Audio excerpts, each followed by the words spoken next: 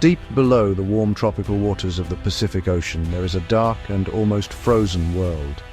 A place so dangerous to explore that we know precious little about it. Finding anything alive there was once believed to be impossible. Conditions are so extreme that even the cells that make up all living things would be destroyed. Bones and shells would simply dissolve. The processes essential to life would come to a standstill. That was until 1960, when a creature was witnessed at the very bottom. The first signs of life had been found.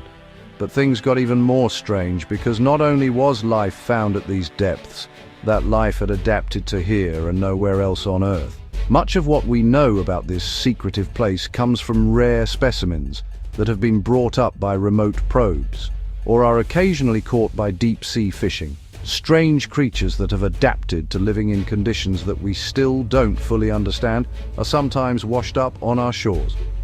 Removed from their natural environment, they are distorted out of shape, often destroyed altogether, so we can only guess what they should look like and how they might live. The vast expanse of our deep ocean floors is the last unexplored frontier on our planet, waiting to be discovered. I'm James Stewart, and you're watching Astrum Earth.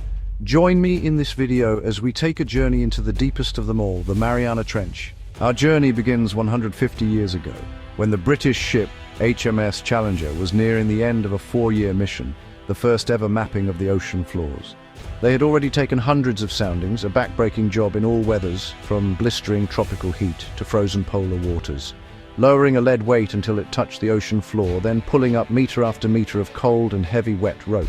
The picture that emerged was of a featureless surface of mud and silt around 3 to 4 kilometers below the surface.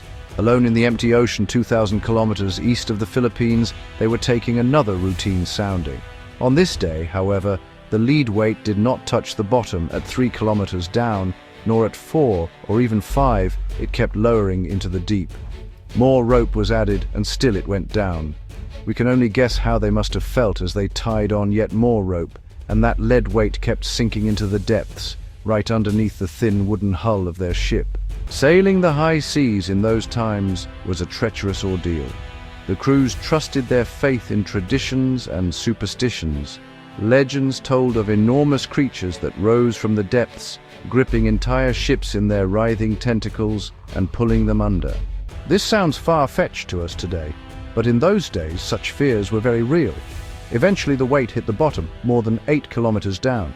What they had found is now known as the Mariana Trench, and if they had been just a little further to the west, they would have found the deepest hole in the surface of our planet, the Challenger Deep, 11 kilometers down. Mount Everest would disappear into this hole, and it would keep sinking down 2 kilometers below the surface. The Mariana Trench is vast, a 2,500 kilometer long curved valley on the ocean floor, almost 70 kilometers wide. It begins 2,000 kilometers south of Japan, first curving southeast, then turning westwards towards the Philippines.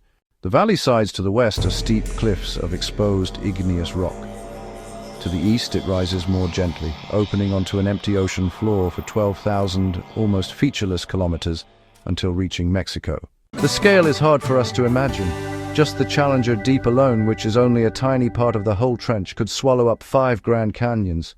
The Mariana Trench is part of an almost continuous series of unstable and constantly moving chasms in the Earth's crust that encircle the Pacific Ocean. They are matched by a ring of volcanoes known as the Ring of Fire. An astonishing 90% of all earthquakes are caused by movements of this 40,000 kilometer fracture, where rock faces, many kilometers deep into the Earth, grind together and destroy each other. We are only now beginning to learn how the surface of our planet has changed over time, why the continents are arranged the way they are, and how these deep rifts in the planet's surface play a vital role in that story. To understand what created this remarkable geological feature, it helps to look first at the Atlantic Ocean on the other side of the Americas. The surface of our planet is made from continents and oceans. That is not as simple as which parts are above water and which are hidden below the waves. The continents and the oceans are completely different components of the Earth's crust, all floating on a ball of hot rock called magma. Think of the continents as icebergs, floating on an ocean of magma. enormous lumps of the Earth's crust, adrift in the oceans, and like icebergs, mostly hidden below the surface. Between them is a thin layer of ocean crust filling the gaps, similar in scale to the skin of an apple. The continents are ancient. They are thick layers of varying types of rock that have built up over billions of years. Ocean crust is much younger, mere millions of years old, and thinner, made from solidified magma. The ocean floors and the continents move around, dragged across the globe by thermal currents in the magma below. All the continents were once crammed together into one supercontinent that we call Pangaea. For around 200 million years, they have been moving apart. The Atlantic Ocean is getting bigger as the Americas move away from Africa and Europe. As they move apart, a new ocean floor is being continuously made at what is called a divergent fault, filling the gap, roughly down the center of the ocean. This process is driven by the thermal currents in the underlying magma. They rise up, then spread east and west, forcing the continents apart and creating more ocean floor.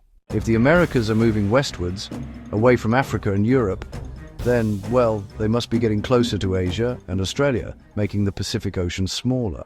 The same forces that create new ocean floor in the Atlantic are also at work in the Pacific, driven by the thermal currents in the magma underneath. This is constantly producing a new ocean floor called the Pacific Tectonic Plate, which flows outwards like a geological conveyor belt. But the Pacific Ocean is getting smaller, so where does all this ocean floor go? The Mariana Trench was a vital clue in solving this puzzle. All around the outer limits of the Pacific Ocean, this outwardly flowing ocean crust meets the continents of the Americas to the east and Asia and Australia to the west. As it moves outwards, the ocean floor must go somewhere. It is forced downwards, sinking under the continents around it, returning to the magma from which it formed, a process called subduction. This is the biggest recycling operation on the planet. This massive line of destruction is what creates earthquakes and the volcanoes that surround the Pacific Ocean, the ring of fire. As the ocean floor is forced down into the magma below, some of it melts and rises, bursting out at the surface as volcanoes. That is why on the outer side of these subduction faults, you find a line of volcanoes, and at the faults themselves, you find the deep ocean trenches. As the Pacific floor moves westwards towards our trench, it cools, and it gets denser. That causes it to sink lower towards the center of the Earth as gravity pulls it down.